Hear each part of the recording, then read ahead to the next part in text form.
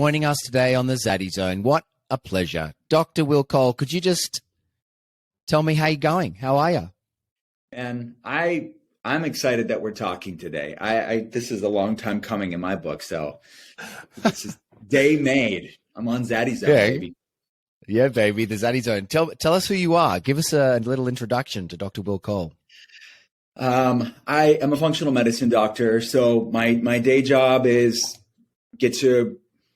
get super nerdy with labs and data and figure out why people are struggling with different health issues. We deal a lot with different autoimmune problems, hormonal problems, digestive issues, the combination of those factors, and give people tools to reclaim their health. So we started one of the first telehealth centers over 13 years ago. So my day job is running the telehealth center here.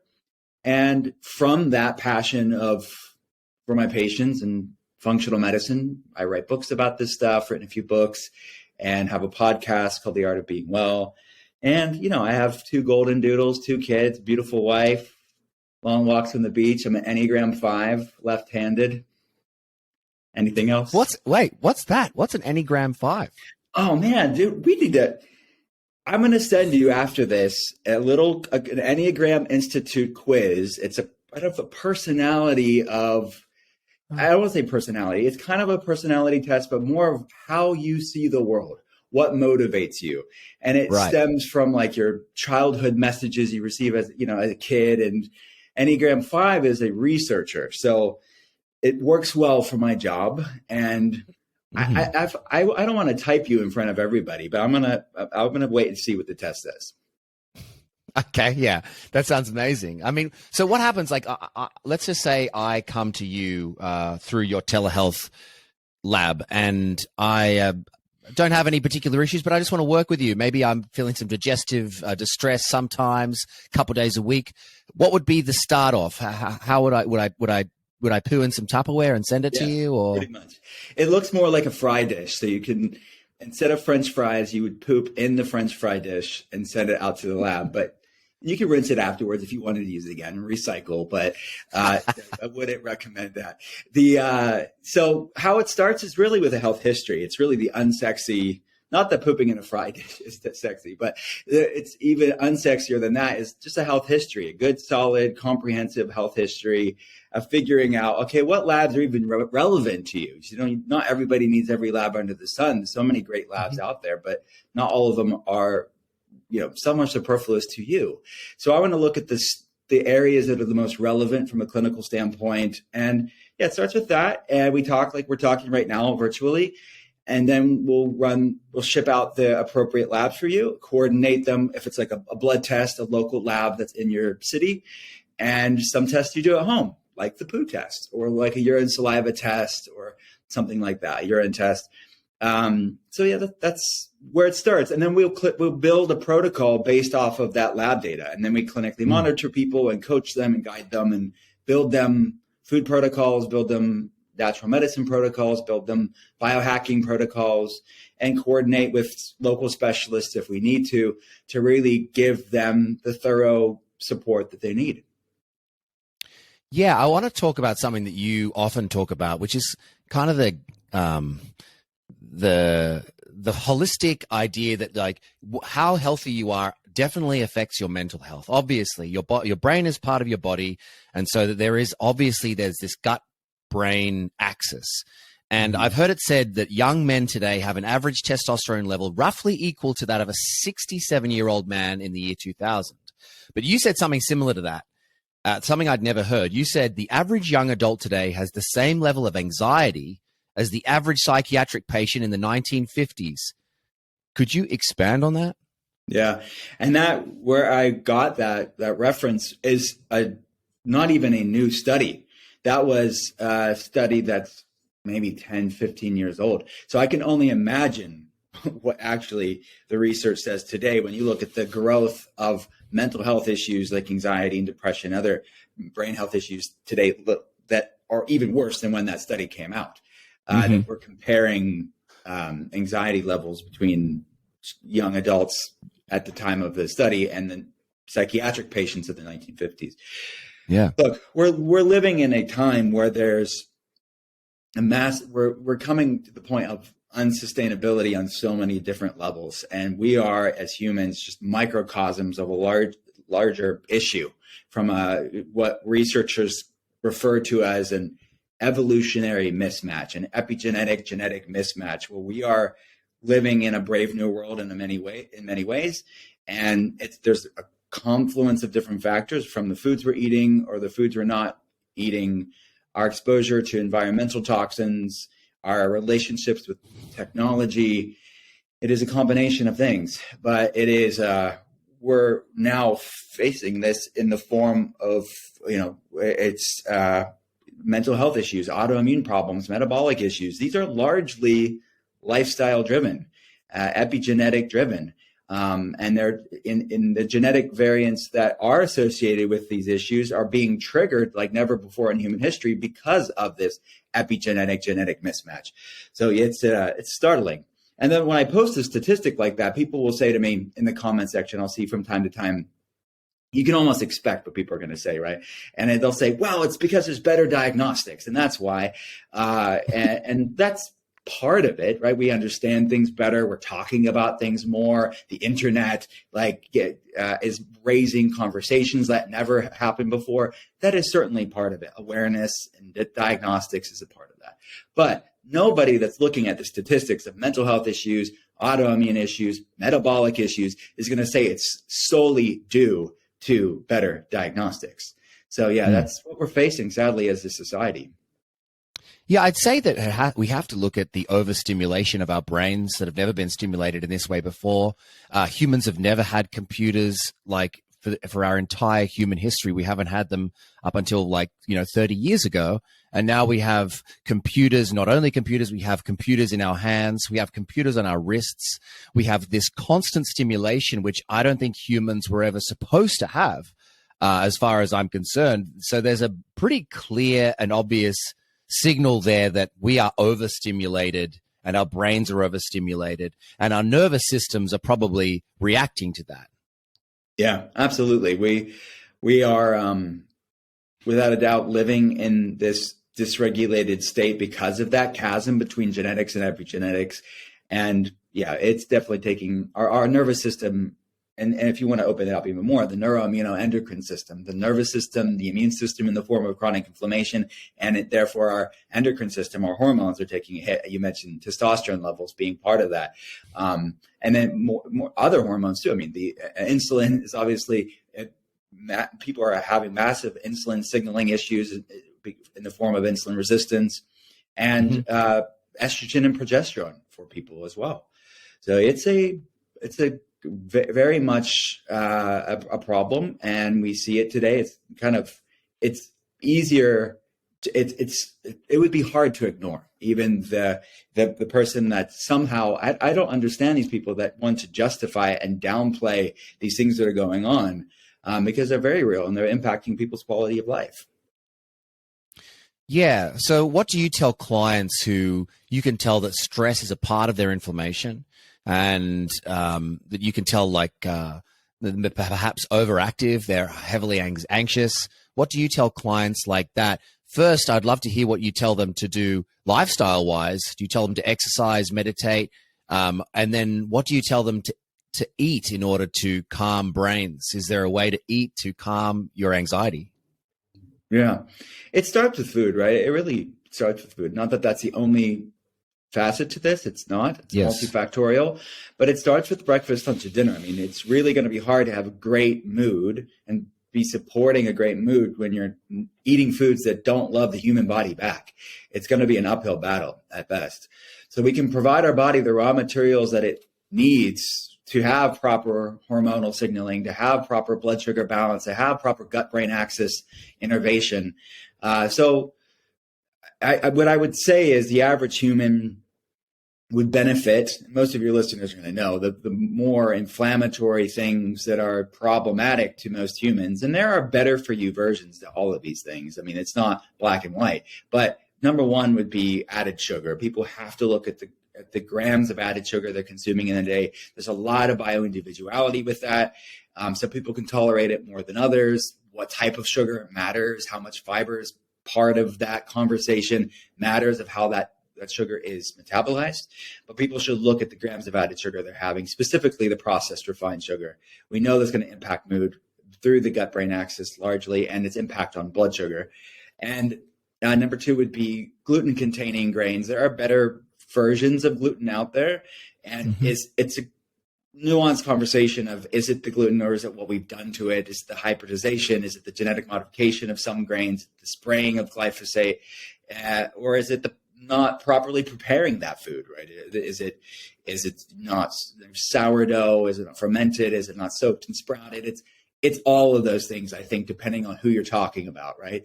But we're feasting on a food that was used for famine. It's stored well during times of famine, and now we're over consuming it, and we've done a lot to it as well. And so having less of that is going to be good for most humans, and the impact that it's having on their blood sugar and inflammation from an intestinal permeability, gut health standpoint, which influences the brain in many ways. And then industrial seed oils, I think, need to be looked at for many people. Things like canola oil, vegetable oil, soybean oil, which But, I think, is it the oil itself, or is it the overconsumption of processed packaged foods that their ratios of omegas-3, 6, and 9 are just off? And I think that's probably true for most people, is that it's just the overconsumption of these high omega-6 oils and not enough consumption of these long-chain omega-3 fatty acids.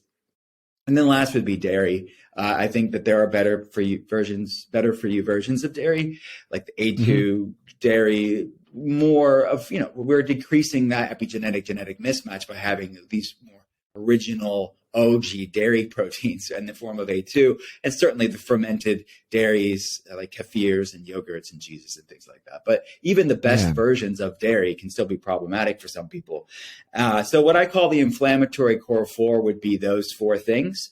Plus one would be alcohol, which I saw you post recently today about alcohol. I would add that as people, that's not an actual food, even though probably some people treat it like one, but it's problematic for our mental health as well.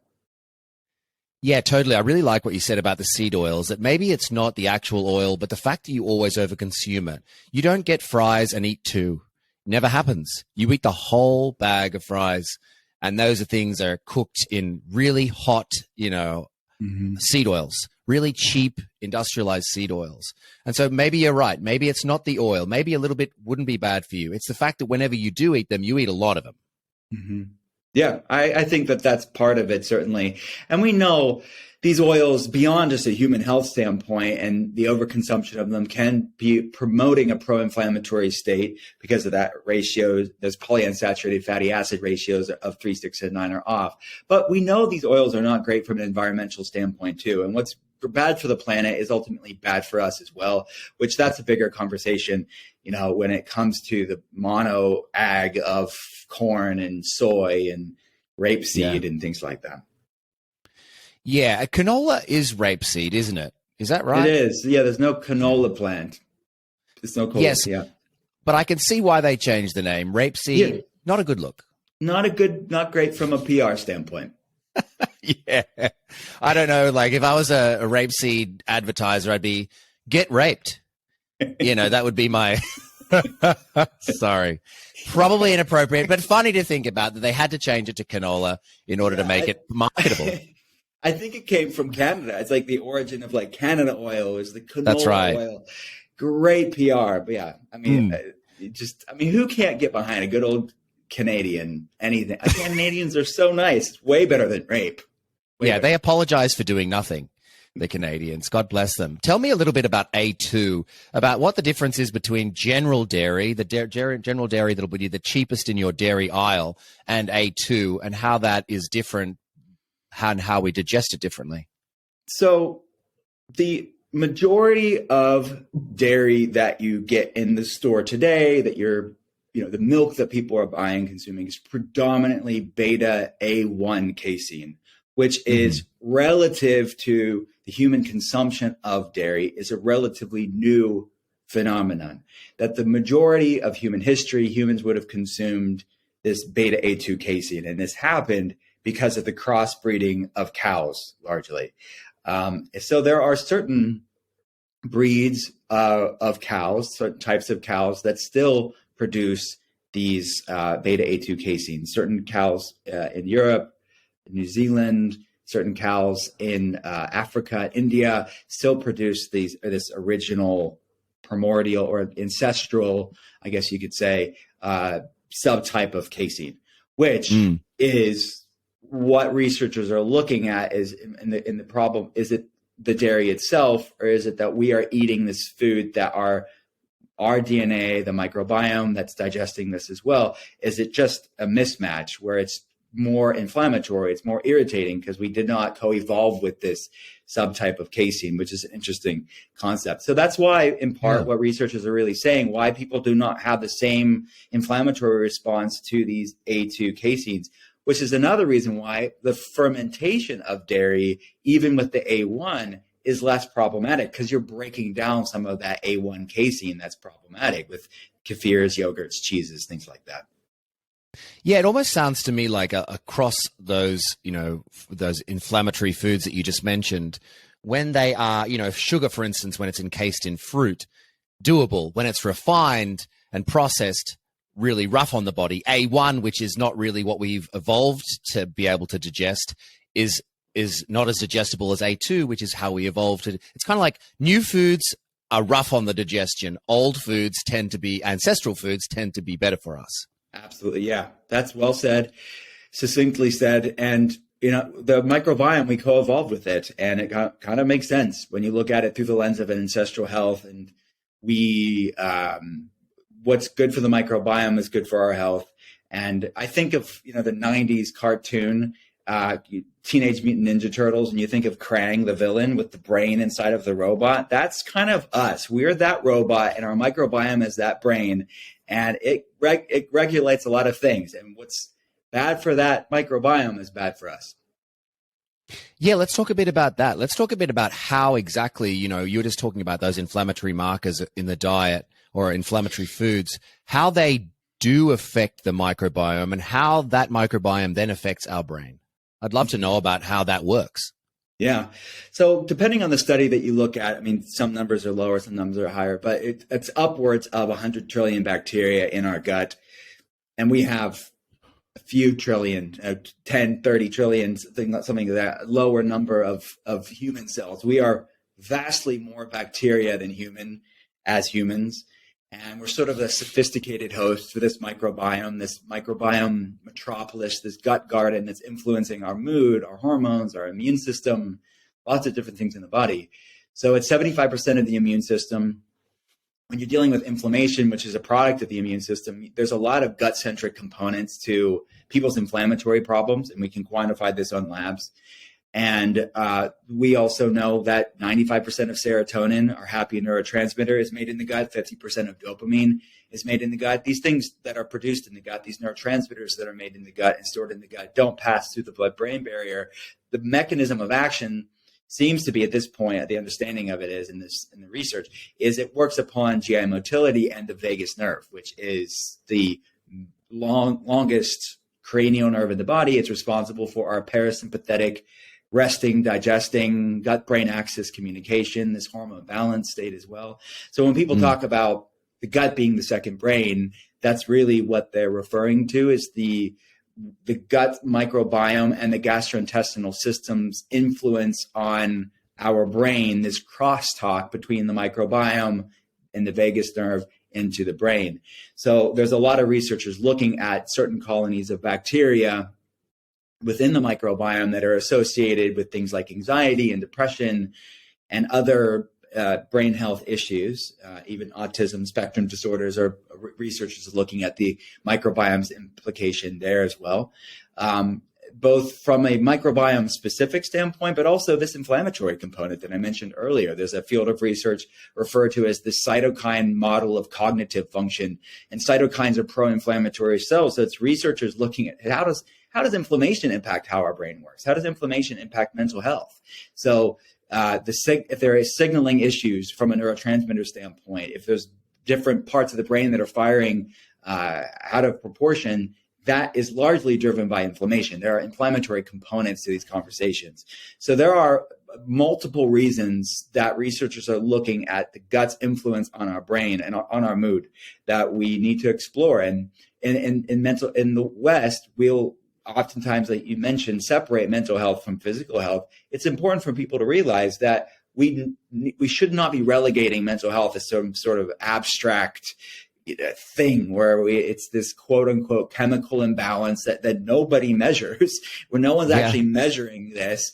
And if there is a chemical imbalance, which is flimsy science at best for many people, what's causing if you're going to take that model, what's causing the chemical imbalance? And oftentimes it's these inflammatory components that our researchers are exploring. Yeah, and as well as that mental health you were just mentioning, as far as serotonin, which is produced in the gut, dopamine 50%, you said, like those things directly affect your depression, anxiety, etc. So we can't just say that this is a brain thing. We have to know that it's a gut thing. We have to know that they're connected. But just tell me, just so I'm clear, serotonin and dopamine you were mentioning don't go through the gut-brain axis. They go through the vagus nerve, and that's how they affect us. Is that correct? They're indirectly influencing the brain. So the brain has its own production of neurotransmitters, but the gut, the second brain, the researchers referred to the gut as the second brain because of this. The sheer amount of the bodily production of neurotransmitters is predominantly made in the second brain, in the gut, and every year, there's greater understanding of these implications. And I have no doubt another 5-10 years, even 5 to 10 months from now, there's going to be better understanding of these mechanisms. But at this point, how the gut's really influencing the brain, in part when you're talking about neurotransmitters, is its movement of the gut, the innervation of the gut, and its stimulation of the vagus nerve, which is responsible for this crosstalk, this bidirectional communication between the gut and the brain and the gut.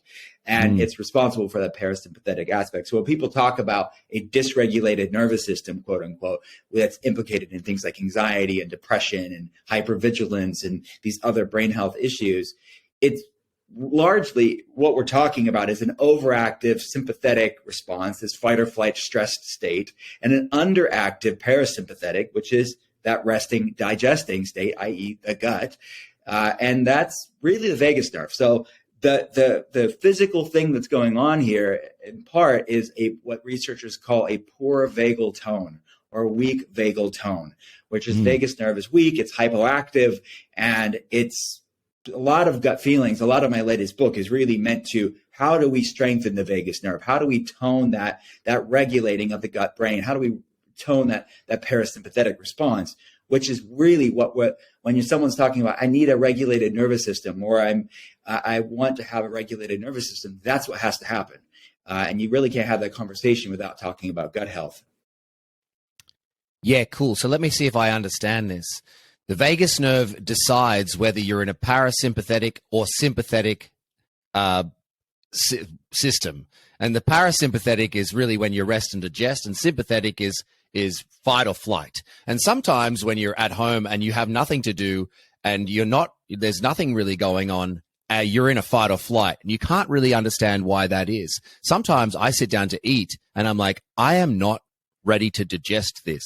I am not ready to eat. I am actually like stressed. And if I eat this, I'm not sure if I'm not sure what it'll do. Am I on the right track here with this vagus nerve thing, that is what it does, sympathetic, parasympathetic? Absolutely. So it's kind of a seesaw, right? And I've seen, different books and academic researchers kind of depict it that way, as far as that sympathetic overactive. It's like that seesaw is up and the parasympathetic is weakened. So a regulated nervous system, they're both important. There's nothing wrong with the sympathetic and the parasympathetic's good. It's that they both have to be active. They both have to be regulated and modulated in a way that you can respond no matter what you need. There's a time for the sympathetic nervous system to be doing its job, but we don't always want to be in that low grade sense of threat, and many people are in varying degrees. It exists on a spectrum, but many people, you look at the statistics of mental health issues and autoimmune problems and metabolic issues, that a dysregulated nervous system is implicated in the vast majority of people today. Yeah, cool. Tell me about a lot of people experience digestive distress. A lot of people have sore tummies all the time. Particularly if you've seen on TikTok, there's a trend or across social media that all hot women have sore tummies. Mm-hmm. Which is true of my wife, by the way. She's super hot, and when I first met her, she had a sore tummy after every meal. And how can we, addressing this vagal nerve thing, how can we, when we come to eat, perhaps be thinking of how we can best digest our food? I understand that when you are stressed, you have more trouble digesting your food. Is this true? Mm-hmm. Yeah, right. Because in part because that nervous system shift, right there, you're less in that resting, digesting state. So the body is not really in the mode of digesting food appropriately. You can, it's just not going to be as optimal, and as you're not going to digest and absorb food as optimally as you'd like. And we aren't just what we eat, we are what we absorb. And many people, when you're talking about nutrient deficiencies, yes, it's part of it is the soil microbiome health and the soil in which our food is grown. Part of it is the consumption of nutrient-dense foods, regardless. But it's also, there's a vast amount of digestive issues where we're not absorbing foods appropriately. There's so many people that have digestive problems and they normalize it, right? It's normal is different than optimal, or normal is different than common.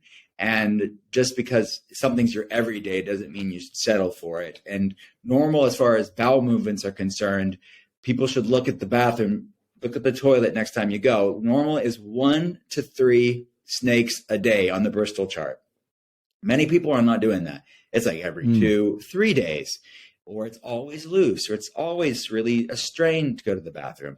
That is a check engine light that your body's giving you that something's not right there. I think we have probably lots of mutual friends, but Max Lugavere is a friend of mine, and I think you know Max as well, right? Yeah, he's a friend of mine too. Yeah, we were talking on Instagram about that TikTok trend of that hot girls, and it irritated so many people when we were just talking about the TikTok trend. They're like, "Well, why just hot girls? Or why are you guys talking about hot girls?"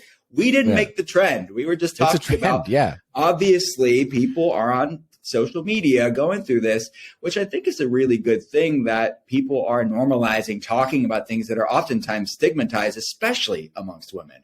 So and they don't have to settle for it. These are things that I want people to get resources for, to have agency over their health. Because many people, there's a lot of shame and stigma and embarrassment around it, where they just go and they cope, because these chronic health issues of all different sorts, not just digestive problems, people can go to work oftentimes. They can go to work, they can live their life, and it's not a good quality existence, but they can get through the day. And these are largely overcomable, healable, reversible, supportable things. But you have to know what you're dealing with to do something about it. And you ultimately have to talk and, reach out to get help sometimes. Yeah. Okay. So let's talk about, you mentioned there can be an issue with the soil, so that the uptake of your food isn't getting enough nutrients from the soil. And then sometimes you're not eating a nutrient dense enough diet in order to be able to make available to your body the nutrients that it needs. And then sometimes you're not digesting it properly and actually absorbing the nutrients. And so this is what I do when I try and eat in a relaxed state, and I try not to be in my phone and try and be with my food.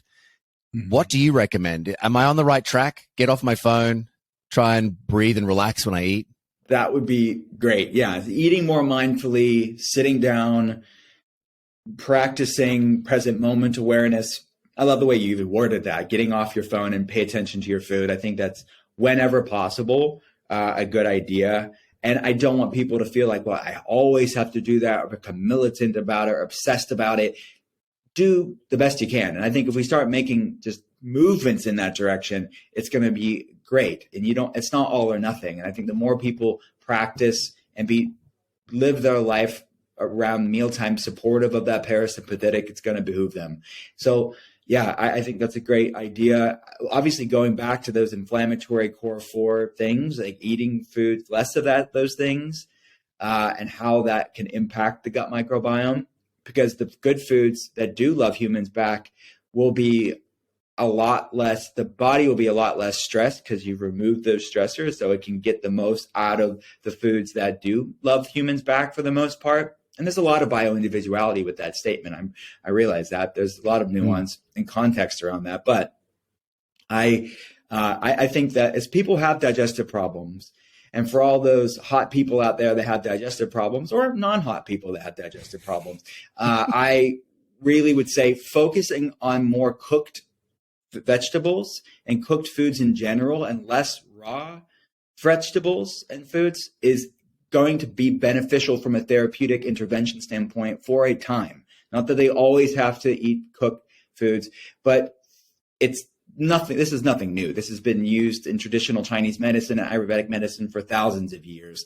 And now this is just something that we also recognize in functional medicine, that to be supportive of gastrointestinal health for somebody that has IBS, people that have SIBO, people that have chronic reactive digestive symptoms, being almost on a proverbial level of pre-digesting the foods, not like a mother bird and chewing the food and spitting it back out. You could try that too. But by cooking the soups down, it takes some stress off of the body.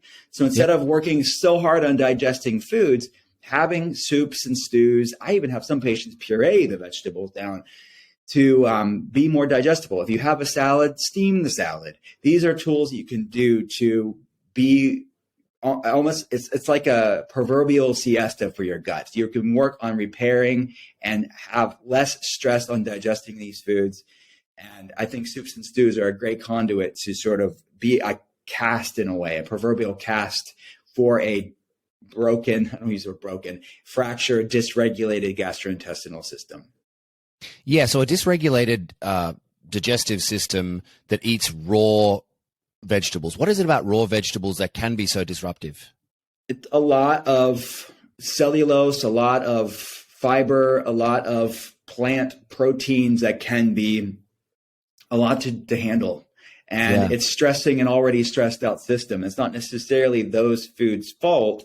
It's that there's a lot of other variables that we were talking about this conversation. It's the foods that don't love people back. It's chronic stress. It is our constant stuck in that fight or flight stress state because of how we're living life in a very unmatched way with how we've evolved. We're not able to digest basic foods. And I think the overconsumption of them too, sometimes it's the epitomization of healthy food is a big salad and all these raw greens, where you're just going 0 to 100 for someone that their gut's not in a great place to begin with, and you're making them overconsume this food that requires a lot of work. And then in this example, you'll hear people I hear this a lot. People will tell me, I feel better when I'm eating the donut or the pizza or the cereal over a salad. And they think like, oh, I feel worse when I eat healthy. And that's what we're talking about here. It's that these foods are just so much to digest. The solution isn't just to have boxed cereal and donuts. It's to repair your gut so you can eat foods that are nutrient dense, but also love you back. Yeah, I love that idea of like taking let's just say you buy a salad at a store, those ready-made salads you can take. And if you were to put it in a pan over a medium to low heat with a bit of water or some olive oil, you could steam that salad down just for about 5 minutes, push it around with a fork or a spoon and take it out. And you're saying that would be more digestible for people who have disrupted digestive systems? Yeah. Yep. And absolutely. And then over time, and not everybody has to be as vigilant as others, right? If you're not having extreme digestive problems, maybe you don't have to do that much. But the predominance, it's always a pie chart of how much cooked versus raw foods. And the more extreme your digestive symptoms, the more cooked you should go. And even being mindful of what you're cooking. I mean, there's a place for a time for people that have SIBO and other food reactions to go lower FODMAP, which are these fermentable sugars that are in lots of healthy foods otherwise, like onions and garlic and cruciferous vegetables and lots of, vegetables like this. They're not inherently bad. It's not these foods' fault, but it's even healthy foods. What works for one person may not be right for the next person. Then over time, you can segue out of that and lean into, more raw, and the pie chart can shift and evolve over time. But yeah, that's a good starting point. And then if you need to take supplementation support as well that could be helpful. Different digestive enzymes, different herbal supporters, different amino acids can be helpful to break down these foods appropriately. Yeah, cool. So you mentioned that your office often tells people to biohack in ways. Certain clients, you'll get them to biohack. What do you mean by that? Like, what are we talking about here? So that's a phrase, right? Biohacking. Mm-hmm. To me, I don't think of it as biohacking, but that's what would be considered the umbrella of it. When you're talking about infrared saunas, cold therapy, these are tools. When you're talking about a dysregulated nervous system or people that have these inflammatory problems, those are tools that we use quite a bit clinically, even before biohacking was a concept. We deal a lot with people that have environmental toxins, biotoxin issues like mold toxicity, for example, and their nervous system is stuck in that hypervigilant, anxious, fatigued state. They have trouble with their sleep-wake cycle, their circadian rhythm. And these tools are wonderful. From an infrared sauna standpoint, it's great to support detox pathways in that way. If they don't have access to an infrared sauna, we do Epsom salt baths, or we just have them move their body and sweat that way. The average human being just isn't sweating as much as they should be to support detox in that way. And beyond just a detox standpoint, it's great for mitochondrial health. It's great for supporting our mood and sleep. It's multifaceted as far as its benefits. And same with cold plunging, is from a nervous system regulation, inflammation support. These are great tools. Those are those are the most common, what would be termed biohacks that people would do. And it can go from there. Thoughts on red lights? Do you like them? Yeah, I do. I don't see them to be as much of a needle mover for this as the sauna and the cold therapy, but yeah, for sure. Some people love them, and they're smaller, they're portable. Many of them are where they are. If people are tight on space, they're a great way to get some light therapy. Yeah, I think that they can be a great tool within the toolbox. Also, for those people who are like listening to this talk about saunas, saunas are very expensive in themselves and rather inaccessible for those of us who are on a budget. But there are those sauna blankets, which are actually quite cheap, and a near infrared and infrared, which are I think they're $1,000.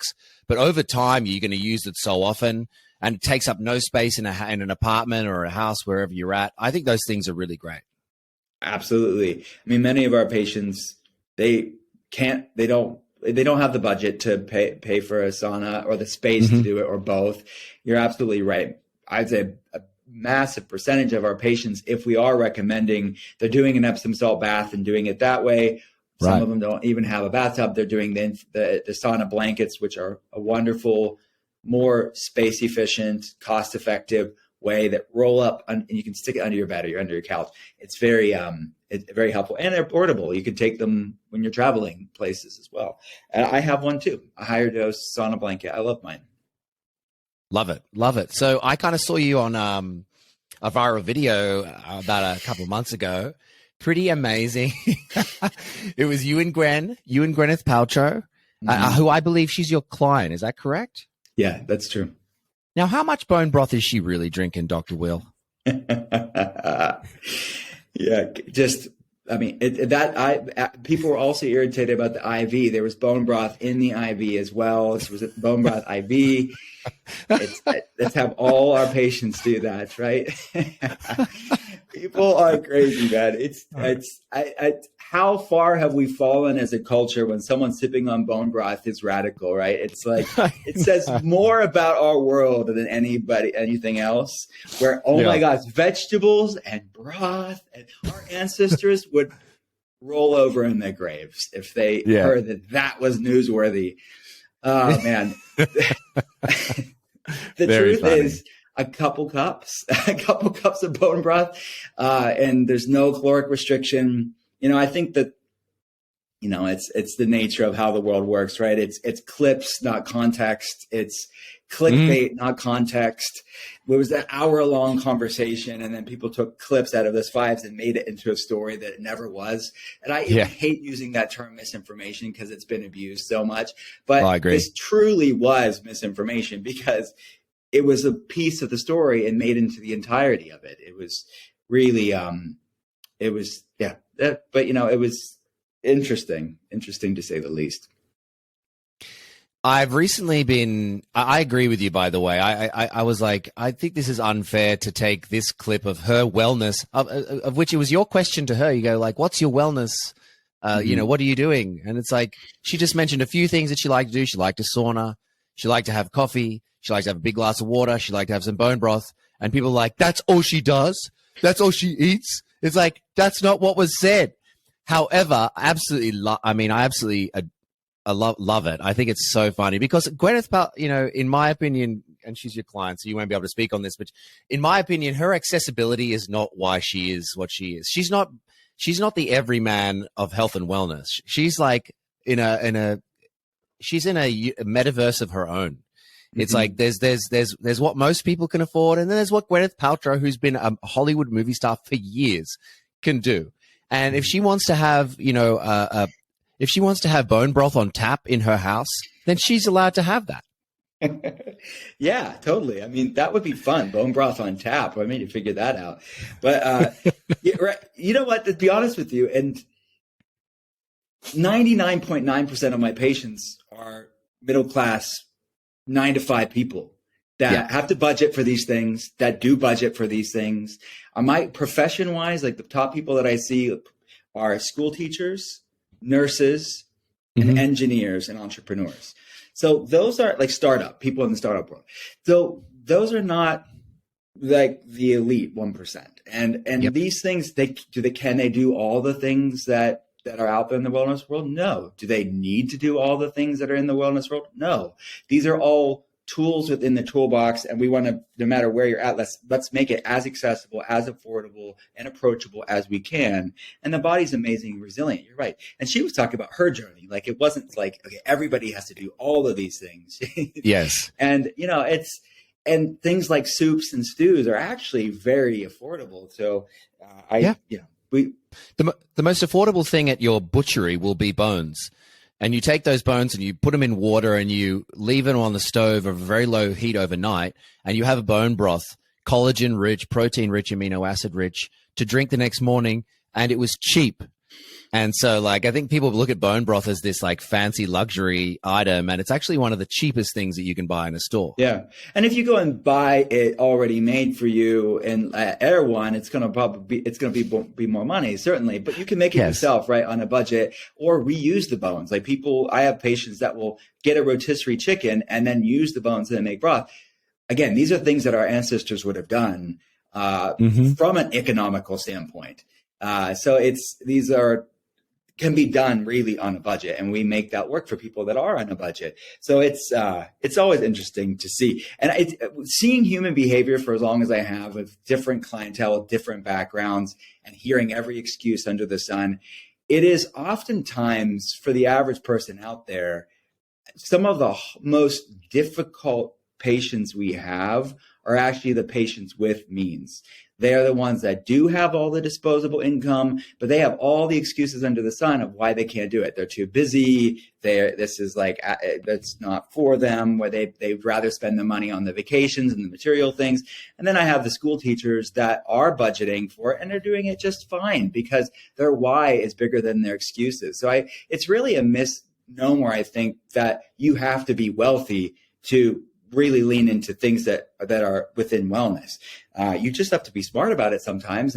But look, I live in a small town in Western Pennsylvania. I don't live in Los Angeles, and I can get everything that I recommend to patients at Walmart, at Aldi, at Costco, at Target, or at a farmer's market.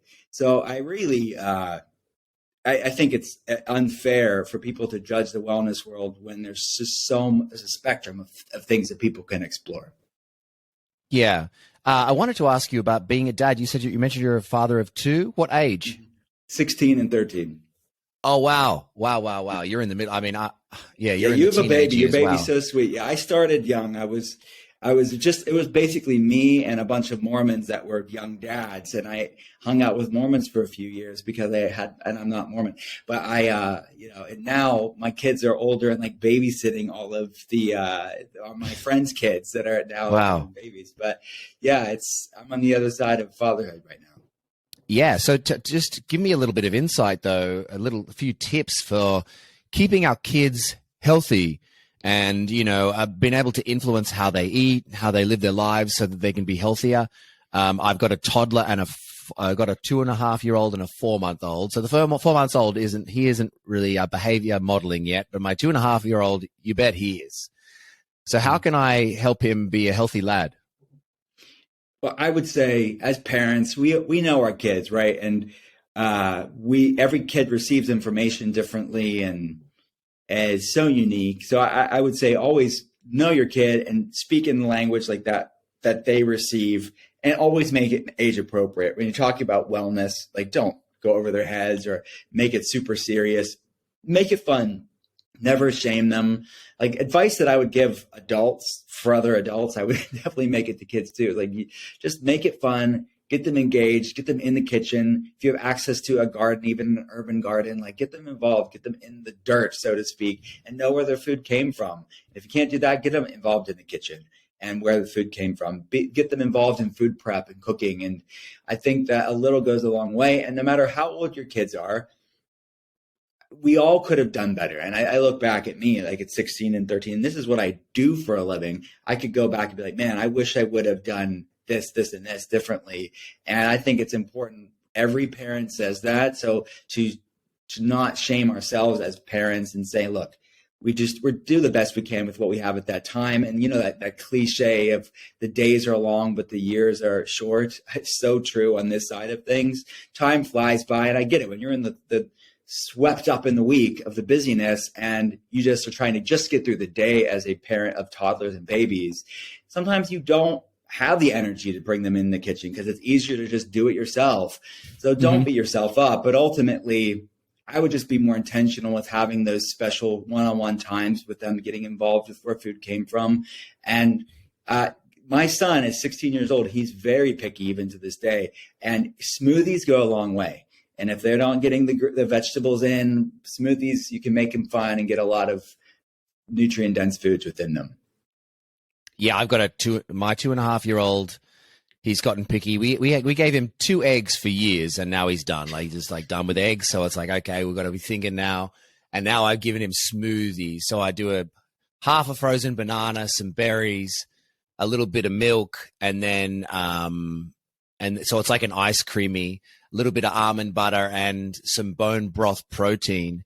And because I just figure I got to get the protein in somehow. Otherwise, they're just eating sugar or like a fruit and, bread all day. They'll go for those things, but protein's really hard to get them to take. It is. Yeah, it is. And my daughter, her like natural predisposition, she just has like an avoidance towards lots of meats, right? And she left her own. She would eat eggs. She likes cheeses, but she'd be in like vegetarian land. But now it's like, okay, you kind of have to meet them where they're at. If they're going to be weird, picky eater for a time, get them the best versions that you can.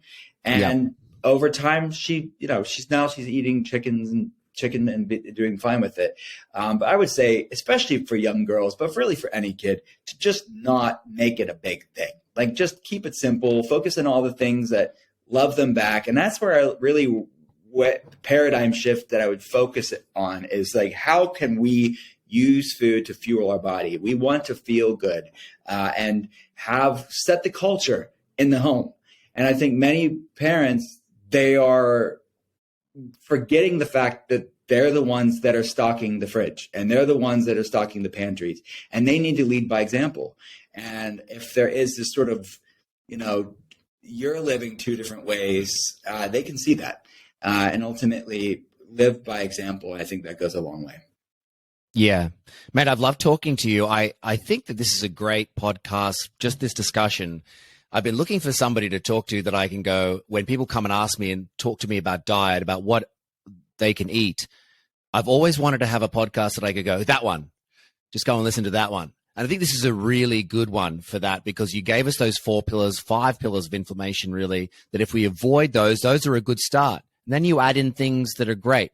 So could you give me just a few of those? I'd like to finish here. Just a few things, a few tips for people of where they can start, things that they can start to eat to take the place of those inflammatory foods. Yeah, sure. So as If you have more digestive problems, focusing on soups and stews, the base could be a bone broth. We keep talking about that. You could try a bone broth IV bag if you wanted to. Just kidding. Don't do that. Organic chicken broth, grass-fed beef broth. You could do plant-based broths like a galangal ginger broth, vegetable broth base, seaweed broth base, and then add your favorite vegetables, add your favorite protein in it, and make them hearty. This isn't about caloric restriction. You can add complex carb like sweet potatoes, Japanese sweet potatoes, white potatoes in there. You can add carrots and greens in there. Make them as hearty as you want to, but they're soft and they're cooked and it's easier to digest. I have some patients that do souping and have most of their meals via soup for a period of time therapeutically. The more digestive problems you have, the more you probably want to lean into that. Not everybody has to do that all the time. And getting their calories from that way. But really have vegetables in general, any vegetables, fill up your plate with as many as you can. I mean, we shoot for, depending on their size, like 6 to 9 cups a day of vegetables. So it's very quote unquote plant-based as far as the amount of plant matter they're consuming. The more diverse your fiber intake, the more diverse your microbiome, and it's tons of health benefits from that. And fruits, same thing, a few cups of fruit a day. And protein, making sure you're optimizing protein throughout the day. Not all protein is the same as far as its essential amino acid profile or the types of amino acids that are within the food. So sometimes we have to get granular, especially if someone's more plant-based, and being mindful of combining and getting enough of these essential amino acids that you have to get through food. But most people that are omnivore don't really have to overthink it. They can keep it simple and just getting adequate amounts of complete proteins throughout the day. And that could be grass-fed beef, wild-caught fish. If you don't have access to grass-fed, wild-caught, the benefits outweigh any drawbacks. I want people to just get whole foods into their diet. As I mentioned, you don't have to go shopping at the high-end grocery store. Go and check out Aldi, check out Costco, check out Walmart. They have a lot of good options for people. They do. And you just have to know where to shop sometimes. And there's a lot of online, like Thrive Market has a lot of lower cost things. Butcher Box has a lot of great lower cost meats if you're looking to save some money. And healthy fats, like some of the meats would be healthy fats, but avocados, olives, would be other types of healthy fats, plant fats that would be appropriate there. So that's if the average human did more of those foods, can you imagine what the improvement in public health would be, and also just quality of life, and people's behavior on social media would just improve dramatically because it would be less miserable people. I love that, mate. Could you please tell us how we can keep in contact with you? Or please tell us about your books as well. Thank you, my friend. Yeah, my newest book is called Gut Feelings. We're talking about gut and feelings, the physiological and the psychological, and the research of unresolved trauma and chronic stress and its impact on our physical health. But then conversely, how underlying gut problems, things that I see clinically with patients, how that impacts our mood. So it's written for people that are dealing with brain health issues or autoimmune problems or both, and the research around these topics. So it's called Gut Feelings. It's out now. And my podcast is called The Art of Being Well. I would love to have you on. So it's standing invitation. Let me know. Great. And yeah, everything's at drwillcole.com, drwillcole.com. That's where they can go. You're on Instagram too? Did you mention that? Yeah, I didn't. Sorry. Yeah, at Dr. Will Cole on Instagram. I'm on TikTok, but I don't know what the heck I'm doing. So I am at Dr. Will Cole on TikTok. I'm too old for that crap. Dude, if you have an assistant, just get them to post on there for you. Just get them to take the Instagram video and put it over on TikTok. Yeah. That's all you have to do. Trying to keep it fresh. Yeah, you're right. That's good advice. But I love your videos, man. They're hysterical. I share them with my wife. I share them with the clinic. You are beloved over here in the functional medicine land. I love that, mate. Yeah, it's good. I like to keep it light. Mate, I really appreciate you coming on and chatting with us. You're a wealth of knowledge. So thank you very much, Dr. Will Cole.